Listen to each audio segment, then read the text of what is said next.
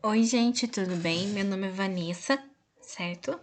E essa semana nós vamos trabalhar os biomas savana e florestas tropicais, tá bom? Essa é a primeira semana do PET 4 de vocês.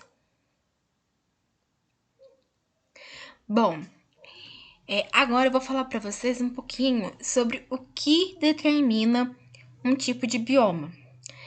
Então, a disponibilidade de água, se tem pouca água, se tem muita água, se chove muito, se chove pouco. O tipo de relevo, se ele é um relevo plano, se ele não é um relevo plano, se tem depressões. E as temperaturas do local, se é uma temperatura baixa, se é uma temperatura alta, tá bom? E nós vamos especificar dois tipos de biomas: savanas cerradas, né? E a floresta tropical. As savanas também é chamada de cerrado, então é o que nós temos aqui no Brasil, tá? Fica localizada no clima tropical, que é bem quente e bem úmido. Só que é um clima que é marcado por uma estação seca e a outra chuvosa. Geralmente, aqui no Brasil, a estação seca são no inverno. Então, no inverno é uma estação mais seca, tá? E mais fria. E no verão é uma estação mais chuvosa e mais quente. Na estação chuvosa, nós temos uma precipitação de até 1.000 milímetros. Então, chove bastante nessa região. A vegetação da savana é formada por gramíneas, árvores pequenas e arbustos. Então, são uma vegetação de pequeno porte. Então, nós temos árvores com galhos retorcidos e pequenos, tá?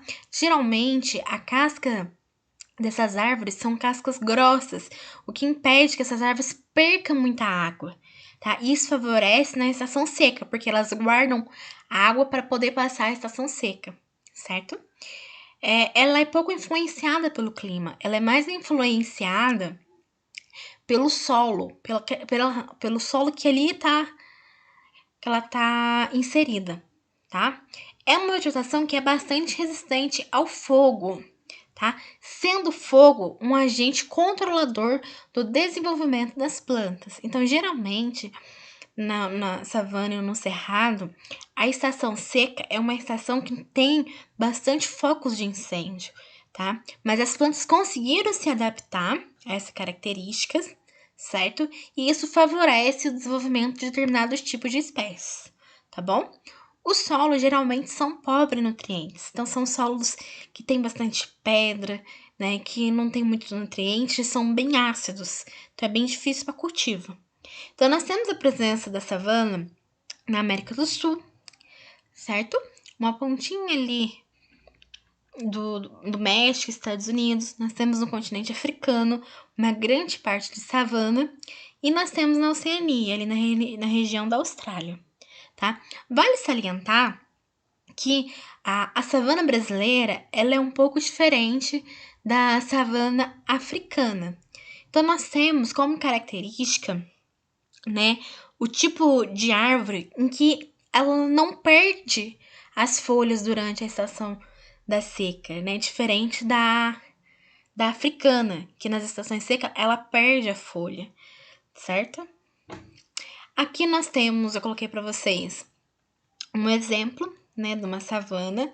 A gente vê que as árvores são bem espaçadas, né? Tem bastante graminha, tá? É uma característica da savana africana, certo? E mais acima aqui eu coloquei para vocês o cerrado brasileiro. Então nós vemos que não é tão espaçada, né, a distância das árvores, né? E a graminha também é um pouco maior, tá? Um animal típico do cerrado que nós temos é o tamanduá-bandeira, né? Que é um animal bem bonito. Então ele é um animal típico dessa região, além de outras diversas espécies que nós temos. Agora eu vou falar para vocês as florestas tropicais. Então, as florestas tropicais, ela tem um clima bem quente e muito úmido. Então, praticamente chove o ano inteirinho nas florestas tropicais. Isto contribui para que para que haja diversidade do bioma, tanto da fauna quanto da flora. Então, nós temos uma fauna muito rica, nós temos uma flora muito rica nas florestas tropicais. É o bioma mais diverso que nós vamos ter entre todos os biomas. Este bioma, ele tá principalmente na região em torno do Equador, porque é nessa região que nós mais temos luz do sol. Então, isso contribui muito que as plantas se desenvolvam muito. As árvores nessa região elas podem chegar até 40 metros de altura, ou seja, são bem altas.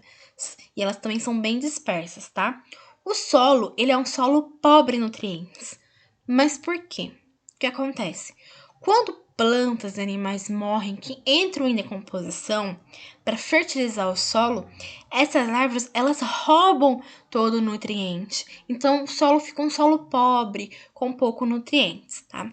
Aqui eu coloquei para vocês no mapinha as principais incidências de florestas tropicais. Aqui no Brasil nós temos duas, que é a floresta amazônica e a Mata Atlântica, né? A Mata Atlântica está basicamente quase extinta, né? Acabaram com a Mata Atlântica e a floresta amazônica está indo pelo mesmo caminho, tá?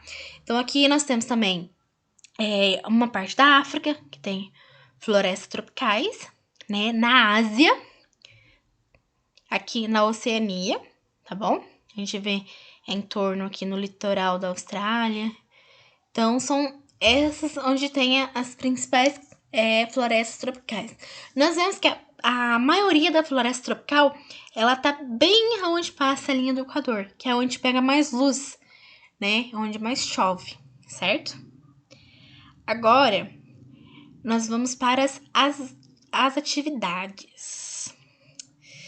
Então, a primeira atividade que vocês têm aí é a número 1. Então, é uma imagem que nós vemos, tá? E vocês vão observar a imagem de uma savana e vão diferenciar este bioma das florestas a partir das características de sua vegetação. Então, vocês vão escrever, tá? Qual que é a diferença da savana para a floresta tropical? Vocês vão escrever. A número 2 é para vocês marcarem verdadeiro ou falso, tá? Então, ambos os biomas ocorrem na zona temperada do planeta? É na zona temperada, onde não é frio, mas também não é quente? Então, vocês vão assinalar. As florestas tropicais se situam em áreas mais úmidas que as savanas? As savanas brasileiras é conhecida como cerrado? No Brasil, a Mata Atlântica e a Floresta Amazônica podem ser classificadas como florestas tropicais? A Europa é um continente que possui savanas como vegetação nativa? As florestas tropicais estão muito desmatadas, mas as savanas encontram-se bem preservadas. O Brasil possui a maior savana do mundo? É comum levar nas savanas? Então vocês vão assinalar o que é verdadeiro ou falso. A número 3 é uma questão adaptada do Enem, de 2016.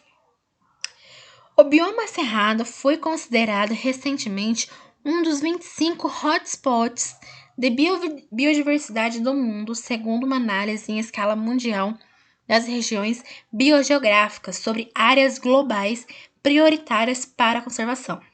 O conceito de hotspot foi criado tendo em vista a escassez de recursos direcionados para a conservação, com o objetivo de apresentar os chamados pontos quentes, ou seja, locais para os quais existe maior necessidade de direcionamento de esforços, buscando evitar a extinção de muitas espécies que estão altamente ameaçadas por ações antrópicas.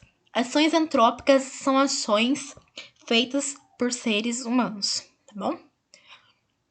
Então, ele é um texto de 2005, certo? Tantos cerrados, múltiplas abordagens sobre a biodiversidade e singularidade da cultura goiana, tá bom? E aí vocês vão assinalar qual que é a alternativa correta, tá? A necessidade de ação na área mencionada tem como a causa. Então, vocês vão ler, vão interpretar e vão assinalar a alternativa correta. Então, a letra A. Intensificação da atividade turística. Letra B, implementação de parques ecológicos? Letra C, exploração dos recursos minerais? Ou letra D, expansão da fronteira agrícola, tá?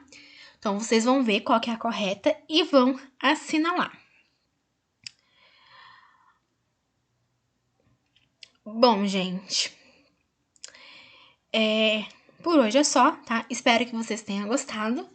Caso vocês tenham alguma dúvida, alguma questão para ser esclarecida, vocês podem estar entrando em contato pelo meu e-mail, vanessa.carneiro@alunos.ifsudminas.edu.br, tá? Um grande abraço, até a próxima!